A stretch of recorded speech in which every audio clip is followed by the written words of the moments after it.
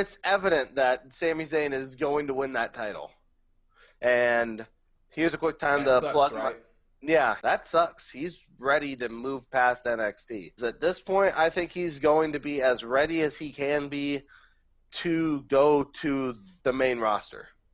And I think when you take a talent like that and you hold him back just because he hasn't held the title, might be more detrimental than it is helpful. And I think we might actually see the regression of the Sami Zayn character when he gets that title as opposed to the progression of it.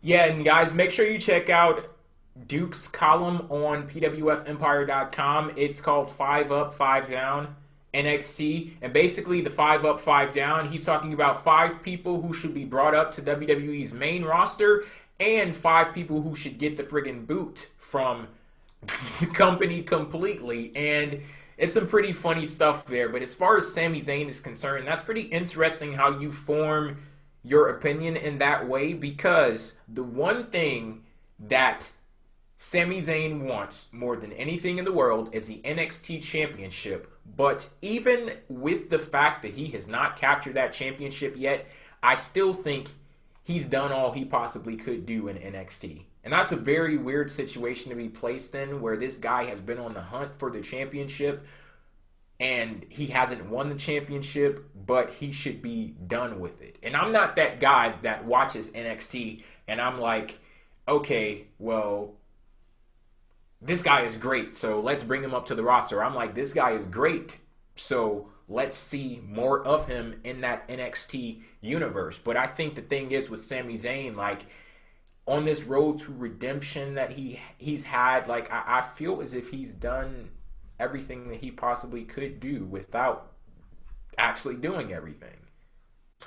Yeah, like, I don't even know. Like, It's a very I weird, want to weird see, like, situation, it's this right? weird situation where it's been this nice long journey and you almost, like, want to see him win the title. But at the same time, he has no business winning it. What's he going to do? Feud with Tyson Kidd again? Feud with Tyler Breeze again? Feud with Titus O'Neil again? Feud with Adrian Neville again? Feud with who? Like, at this point, your top guys, you've exhausted the list of people you can send at Sami Zayn without having to, like, completely develop new people, which, I mean, I'm not opposed to. But you've got too much going on in that one little area of your card then. I think it'd just be better for them to move him up there and maybe even just keep the title on Adrian Neville and work on getting his character ready for the WWE.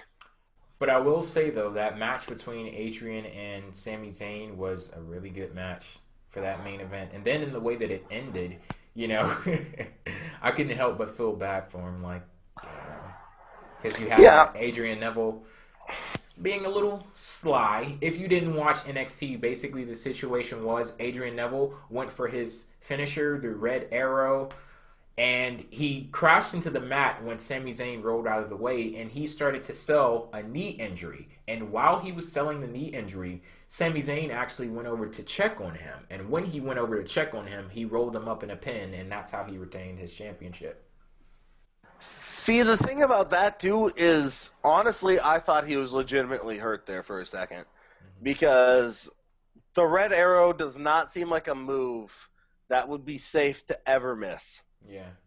It really doesn't. Like this, that just looks like it just looked brutal when they showed it, too.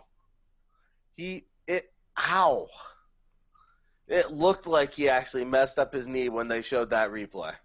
So I'm still not 100% convinced he didn't at least tweak it a little bit, but I don't think it was as bad as what they wanted you to think. So I think, but it was effective in, like, really making you go, this guy can't catch a break. And yeah, and we were having that conversation about the mid-card championships in WWE. Bring Sami Zayn up to the main roster and let Triple H have full control over the friggin' mid-card in WWE. Like, carte blanche. Let him do whatever the hell he wants to, because then you get a situation where any feud that is over the NXT championship can easily be applied to a mid-card championship in WWE. And there you have something interesting. There you have something compelling, something dynamic that's not just bland and blah. And that I don't like. It's just some things that I just look at and I'm like, why the hell does this not work on the main roster? Why? It doesn't take that much to write for those titles either.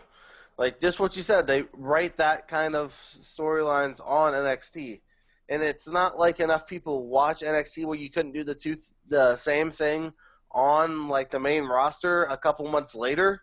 Kind of like test out the storyline first, because you could also use that as a developmental for your storylines as well.